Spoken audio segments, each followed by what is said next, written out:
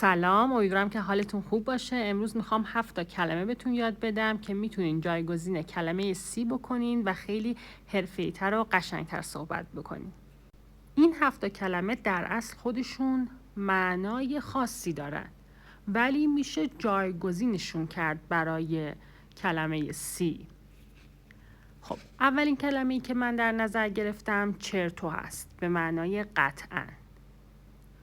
دومی جوستو به معنای درست. سومی و بنه یعنی باشه، توی انگلیسی همون اوکی. دیسیکورو مطمئناً. داکوردو موافق.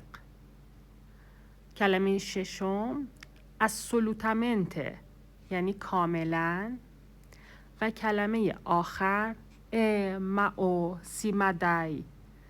توی انگلیسی بخوایم اینو معنی کنیم همون یس میشه که خودمون میتونیم بگیم یعنی بله.